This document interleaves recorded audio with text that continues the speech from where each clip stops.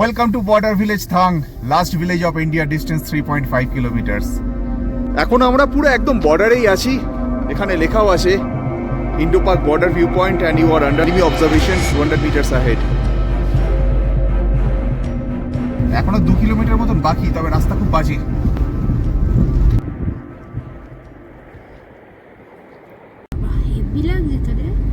তুর্তুক থেকে বেরিয়ে আমরা এখন যাচ্ছি থাং ভিলেজে, যেটা ভারতের লাস্ট ভিলেজ আর কি। বালুচিস্তানের আগে, তারপরে বালুচিস্তান স্টার্ট হয়ে যাচ্ছে। এখান থেকে আরো 8-10 কিলোমিটার হবে। অনলি ইন্ডিয়ানসদের এখানে অ্যালাউ রয়েছে, ফরেনার্সদের অ্যালাউ নেই। ট্যাক্সি, হ্যাঁ। আজকে আমরা খুব একটা ডিস্টেন্স কভার করার নেই, সকাল সকাল বেরিয়ে গেছি, তার কারণ রাস্তায় প্রচুর জ্যাম থাকে, রাস্তার কন্ডিশনও বেশ কিছু জায়গায় খারাপ আছে। আমরা আজকে হুন্ডারে গিয়ে নাইট স্টে করবো। হুন্ডার থেকে সানসেটটা দারুণ লাগে।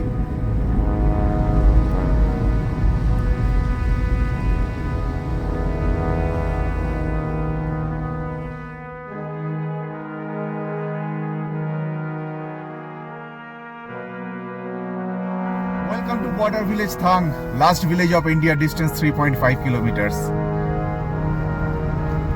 জায়গাটা দারুণ, কি বলিস?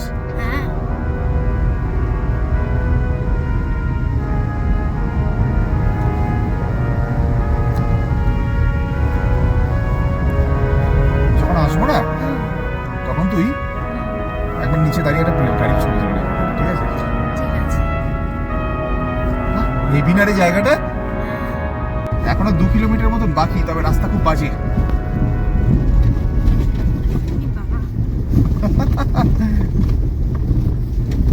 Complete of road. একটা যা নালা নেমেছে না, মানে বৃষ্টি হলে কিংবা ধর কোনো গ্লেশিয়ার মেল্ট যদি বেশি করে করে, সেগুলো পুরো ভরে যায় এগুলো একদম। দেখ সামনে পাহাড়টা, একটু বলছি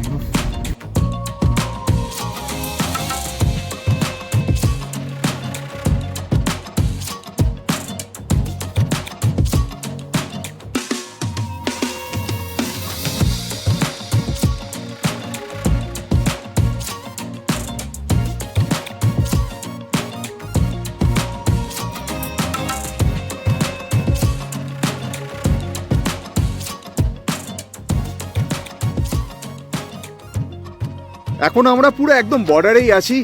এখানে লেখাও আছে Indo Pak border view point and you are under enemy observation 200 meters ahead. দারুণ একটা ভিলেজ হচ্ছে থাং ভিলেজ। সামনে একটা বড় মিউজিয়ামও আছে, বিউটিফুল। থাং ভিলেজের এখানে একটা মিউজিয়ামও আছে, দারুণ জায়গা। ফেরার সময় মিউজিয়ামটা ঢুকবো। এখন দাঁড়িয়ে আছি ইন্ডিয়ার লাস্ট ভিলেজ থাং ভিলেজে। এরপরই শুরু হয়ে যাচ্ছে পাকিস্তান অকুপাইড বালুচিস্তান কিংবা কাশ্মীর। এই সামনে যে পাহাড়টা দেখা যাচ্ছে, এখানে আমাদের ইন্ডিয়ান আর্মির একটা পোস্ট আছে।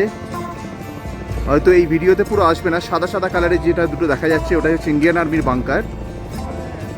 এর ওপরের পাহাড়টা হচ্ছে আমাদের ভারতেরই, এর পিছনে আবার পাকিস্তান। আর এইখান থেকেই সামনেই দেখা যাচ্ছে পাকিস্তানের গ্রাম, যেগুলো সবুজ সবুজ, একদম নিচের দিকে যে সবুজ সবুজ গাছপালাগুলো দেখা যাচ্ছে ওটাই হচ্ছে পাকিস্তানের ভিলেজ। মাঝখান থেকে বয়ে গেছে শায়ক রিভার। আর সামনেই দূরবীনে দেখছিলাম পাকিস্তানের রাস্তাও দেখা যাচ্ছে, যেটা ওদের লাস্ট ভিলেজ আর কি, ওখান থেকে কানেক্ট করছে। এই পাহাড়গুলোই হচ্ছে পাকিস্তানের, আবার পাকিস্তান অকুপাইড, পাকিস্তানের বলাটা ভুল। এখান থেকেও আবার এই যে সামনের যে পাহাড়টা দেখা যাচ্ছে ডাব্লিউ, এটাও এখানটাও হচ্ছে পাকিস্তান অকুপাইড। আর আমাদের ভারতবর্ষের হচ্ছে এখান থেকে সব থেকে যে উঁচু পিকটা, সেটাই হচ্ছে আমাদের ভারতের। আবার এলওসি হচ্ছে সামনের নিচের যেটা দেখা যাচ্ছে, ওখান থেকে একটা রাস্তা বেরিয়ে যাচ্ছে, ওটাই actual point, line of control. হ্যাঁ, ওখানটা হচ্ছে ইন্ডিয়ার লাস্ট, মানে কি বলো, আর্মির পোস্ট রয়েছে ওখান থেকে। তবে সিভিলিয়ানসদের যেতে দেয় না, কোনো আর্মির যদি কেউ হয় আর্মির পারমিশন নিয়ে যেতে হবে ওখানে। দারুণ জায়গা।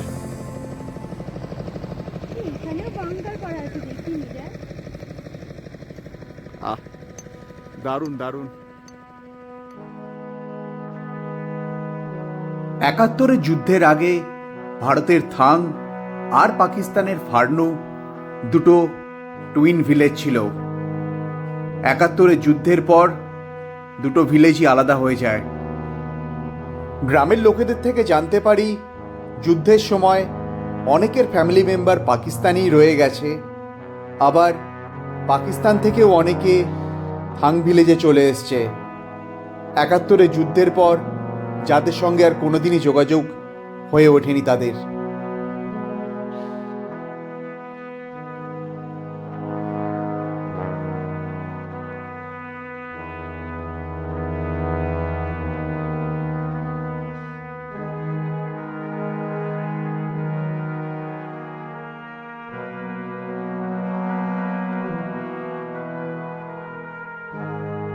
থাং ভিলেজের দারুণ একটা অভিজ্ঞতা নিয়ে এবার আমরা রিটার্ন করছি।